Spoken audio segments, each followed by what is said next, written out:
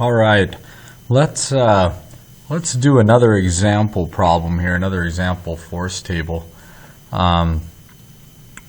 This time, let's just start off. On the last video, I already had it kind of written out. I want to show you how to draw these again and add the two vectors together. We're not going to go the whole way as you would on a force table to draw the vector backwards, but I want to show you how to add these. So I've got an A and B vector here. Let's draw out our grid. Okay, our A vector starts us off here at the negative y-axis at a 40-degree angle. Okay, so once again, that 40 degrees, that's a positive value, so that's going to be in a counterclockwise rotation. So I start here on the negative y-axis, and I'm going to rotate counterclockwise 40 degrees. Okay, and so that right there, that's my 40 degrees. Okay, and this is going to be roughly 90 newtons.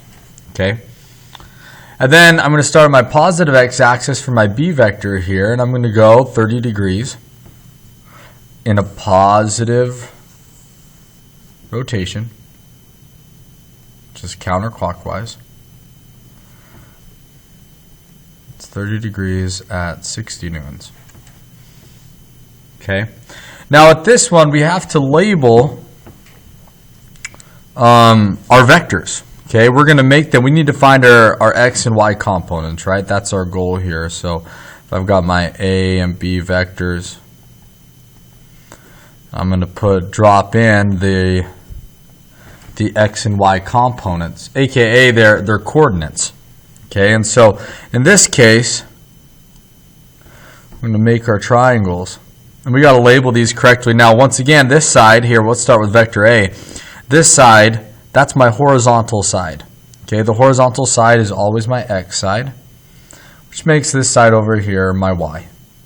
On my B vector, this side right here, that's going to be my x because it's horizontal, and then this side right here, that's going to be my y.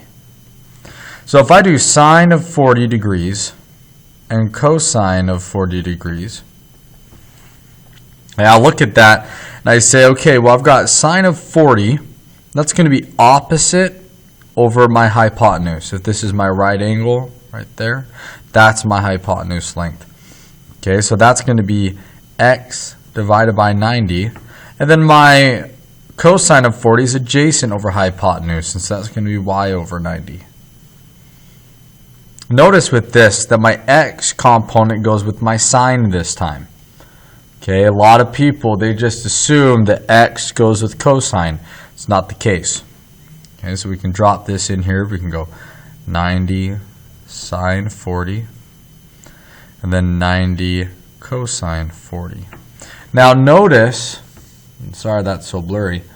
Notice with this guy's going to the right and it's going down. So my x portion's positive, but it's going in the negative y direction, so I'm going to drop a negative in front of that 90 there on my y coordinate.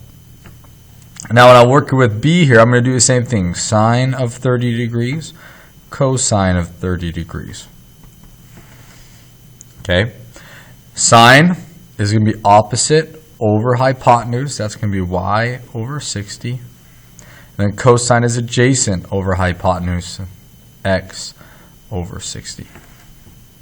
Okay, now I'll just drop these in. 60 cosine of 30 for my x and 60 sine 30 for my y.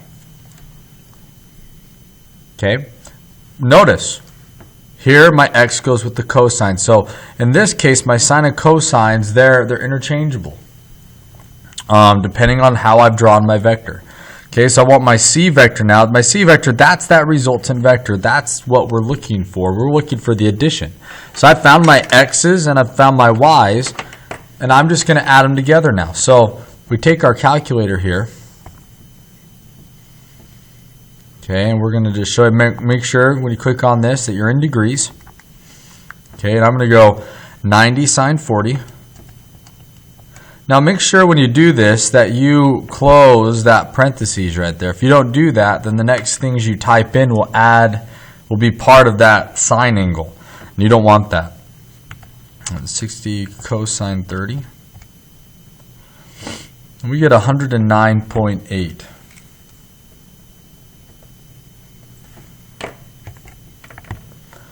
Okay, and then our next one, we're going to get negative 90 cosine 40 plus 60 sine 30.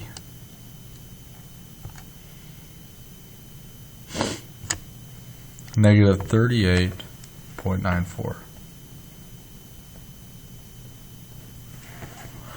Now what that means for us is that really, if we look at our two vectors here, the resultant vector, the addition of these two arrows is going to be somewhere in between. Okay, we're going to, if our numbers gave us something over here, then we'd have a problem because that just wouldn't make sense. And so we know that it had to go somewhere this way anyways. And this confirms it. Goes 109.8 over to the right and down negative 38. So our C vector is going to look something like that. Now what we want to know is what's that length. And then we also want to know what's that angle right there. So what we do to find the length, draw a triangle,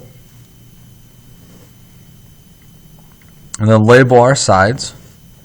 So this is going to be that 38.94. This is going to be that 109.8.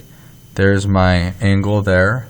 Okay, so if I'm finding this side length, I'm going to do the square root of 109.8 squared plus 38.94 squared. Now some of you might be wondering why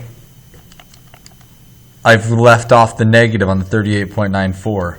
In this case, that negative just shows me I'm going down. Once I've drawn that triangle, though, it doesn't really matter. They're just magnitudes.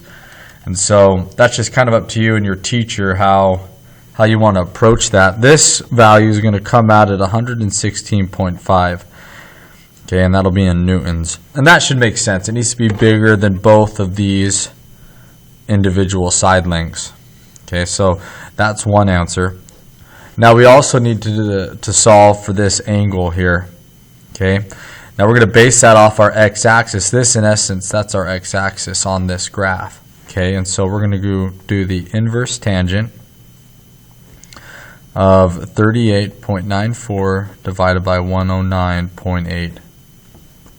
Once again, I've left off that negative value. The reason there is I already know where the angle is. I know what direction it's going. If I hadn't drawn it, though, I would want to keep that negative on, so I know that it would go down from the negative x-axis in a clockwise rotation. In essence, a negative angle direction. But since I already have it drawn, it's not needed. Okay, and so plug that into your calculator, you get a value of 19.52 degrees. Okay, and those are the answers. Those are what we're looking for. Okay, just make sure as you go through this process that you keep track of your positives and negatives. Make sure you draw it correctly. Make sure you label these correctly. That's key. If you don't label the x side and the y side correctly, then it's going to really give you some issues. And then the last thing is just make sure that you have your calculator in degrees. That's crucial. If you don't have your calculator in degrees, you can do all of this, show all your work, and you're still going to get the wrong answer. If you're in radians, then you're going to get some really weird numbers on something like this. So, once again, if you have any questions, feel free to email me or come in before or after school.